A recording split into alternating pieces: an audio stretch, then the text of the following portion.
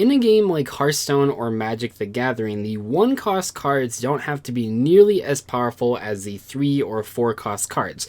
I know that seems pretty obvious, but when you put it in a Yu-Gi-Oh context, really think about the difference between a level 1, a level 2, a level 3, and a level 4 monster. When Yu-Gi-Oh was first created, the tribute summon mechanic was the way that Konami sort of put stronger monsters behind barriers, in that you had to tribute other monsters to bring them out, but because there isn't mana, and because the level 4, 3, 2, and 1 monsters all don't take a tribute, in general it would seem pretty hard to actually make the lower level cards better than the higher level ones, especially in that 1 through 4 category.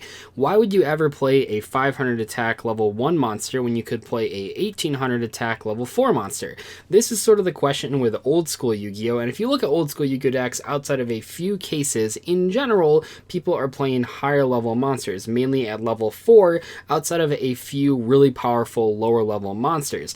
In today's video, I'm going to look at extreme cases of low statted monsters actually being powerful in Yu-Gi-Oh! This isn't a top 5 list, there certainly are other cards under this category, but keep in mind I'm looking at a pretty specific set of monsters. There's only a couple hundred in the game. I'm not only looking at level 1 monsters, but I also wanted to look when they have 0 attack and 0 defense. This is the minimum amount of stats that you can put on a Yu-Gi-Oh card, and I think it's really cool how Konami has found creative and unique ways to actually make these super low statted cards be good in competitive Yu-Gi-Oh! When Cosmos first came out, they were kind of just a one-trick pony. You basically were always just trying to draw a Cosmo Farm Girl and Emergency Teleport to OTK your opponent.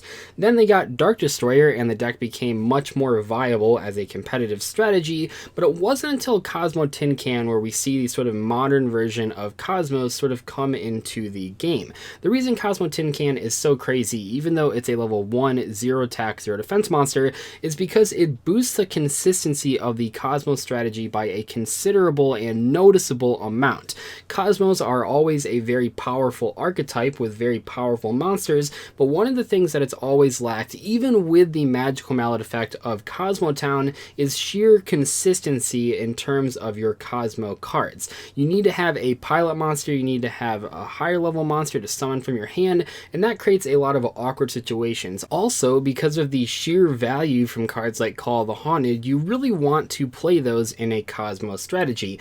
However, you weren't always able to put Cosmo spaceships in your graveyard on the first turn, and all of this is where Cosmo Tincan comes in handy. It guarantees that you have a Cosmo monster at the end of your turn, puts Cosmo monsters in the graveyard for cards like Call of the Haunted and Oasis of Dragon Souls, and overall is just an incredibly powerful card for the Cosmo archetype, even if it's not the card that's ending the games by itself, like in the case of Farm Girl or Dark Destroyer. Cosmo Tincan was also very nice with the Card of Demise strategy. You would use Card of Demise to draw a bunch of trap cards, and then in the end phase you'd resolve the Card of Demise discard effect, hopefully not for too many cards in your hand, and then you would resolve the Cosmo Tincan so that you actually still ended with 1 Cosmo in your hand. In other words, even though Cosmo Tincan might not be the flashiest of all the Cosmo monsters or Cosmo cards out there, the sheer consistency and value the card gives to the Cosmo strategy was worth more than any number of attack points. With the criteria that I have given us for today's video, cards like Ash Blossom and Joyous Spring can't actually make this list,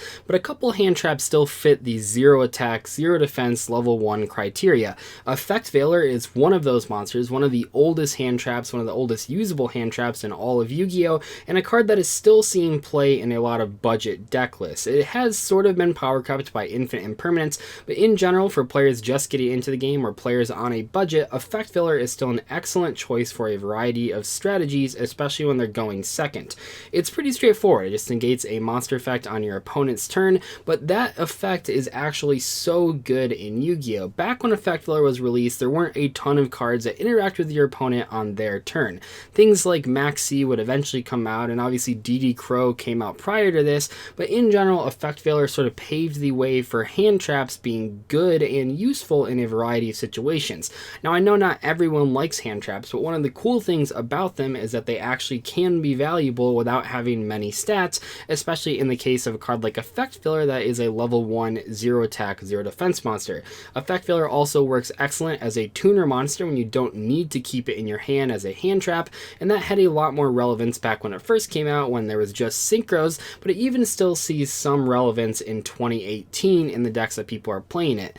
Maybe more so though, cards like Ash Blossom and Joyous Spring, which also have 0 attack, are a little bit better because they're level 3 tuners, but still, Effect Filler was a pretty decent level 1 tuner when you needed it on the field. So far, we've talked about 2 monsters that are level 1, 0 attack, 0 defense, and that are powerful because of what they do.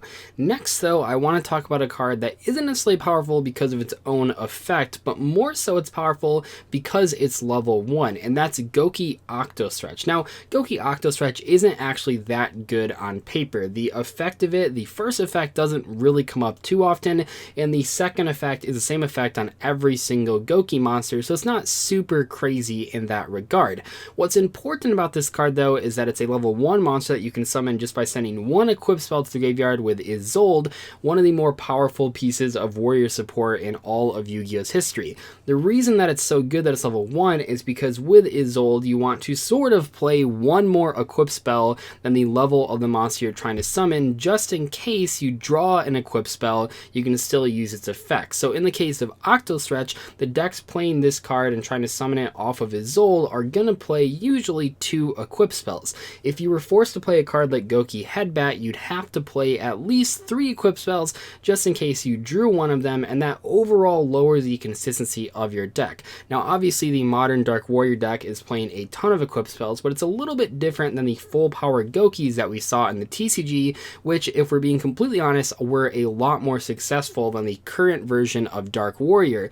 Now this isn't to say that just the equip spells are having a huge impact on the deck, but when you look at a course of like a 10-round tournament, definitely having the least amount of bricks in your deck, like the equip spells, is a really good thing for consistency. So Goki Octo Stretch isn't necessarily good because of what it does, but it is good because of what it is, and that's a level 1 Goki monster that you can summon by sending 1 equip spell to the graveyard with Isolde.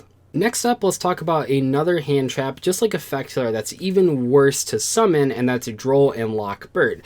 Both cards obviously have the same stats, but unlike Effect Filler, Droll and Lockbird is not a tuner monster, which makes it pretty much the worst thing that you can ever summon. Obviously, in 2018, we can make Link monsters with this, but for a very long time, people were playing this format after format after format, despite the fact that they never ever plan on normal summoning or setting this card. And that really goes to show that in the case of all of these cards, none of them have been so bad that you wouldn't ever want to normal summon them, except in the case of Droll and Lockbird, which means that just because a card isn't ever gonna be summoned doesn't necessarily mean that it's gonna be bad. Even in the case of some hand traps like Ash Blossom, you don't want to summon them, but in a pinch you can summon them and use them for synchro summons or level 3 tuner monsters. You can use them for link summons. Droll and Lockbird in 99% of cases is never going to hit the field, and yet it's still a very competitive card in Yu-Gi-Oh! I think that's really cool, and I think that's one of the things that separates Yu-Gi-Oh! From games like Pokemon and Hearthstone. At least when I was playing those games, well, I guess I'm currently playing Hearthstone, there aren't really cards that are competitively viable that just sit in your hand forever, unlike Yu-Gi-Oh! Where that is completely possible. Now, not everyone likes that mechanic, like I said earlier, but in general, I think it's another thing that makes Yu-Gi-Oh! So unique when compared to other card games. So far, all of the monsters that we've talked about don't really try to hide behind the fact that they're lower level monsters with 0 attack and 0 defense. The last card that I want to talk about though is Thousand Eyes Restrict, which actually does try to get around this sort of thing holding it back. By using Thousand Eyes Restrict, you can steal your opponent's monsters, which is really valuable and probably would just be good enough on its own, but more importantly, in the case of this card, it actually does gain the attack and defense of those monsters on your opponent's side of the field. This card would obviously be much better if it had higher stats already, but even just keeping it at 0 attack and 0 defense, it is still a very valuable card, not only in 2005 format, but even to this day. I mean, we see this card popping up in Thunder Dragon deck lists. Now, obviously, they're not summoning this the normal way, they're using Instant Fusion, so they can't attack with it in the first place, but it's just interesting to see a level 1, 0 attack, 0 defense monster actually trying to be something more by stealing monsters and then and gaining their stats. I would say in general, this is not the most common thing out of these lower statted monsters. Many of them just try to accept that they have low stats and then they're going to have good effects to sort of counteract that. But Thousand Eyes Restrict is one of those cards that actually goes out of its way to sort of be something more in terms of battle and stats. Anyway though, hopefully you guys enjoyed today's analysis video on this very specific thing, these level 1 monsters with 0 attack and 0 defense. I hope you guys enjoyed it. I know it was a little crazy, a little out there, but I think it's cool looking at the very specific sort of categories of Yu-Gi-Oh cards and seeing what makes them good or what makes them better than some other cards out there. I'll see you guys later though. Thank you so much for watching today's video. Goodbye.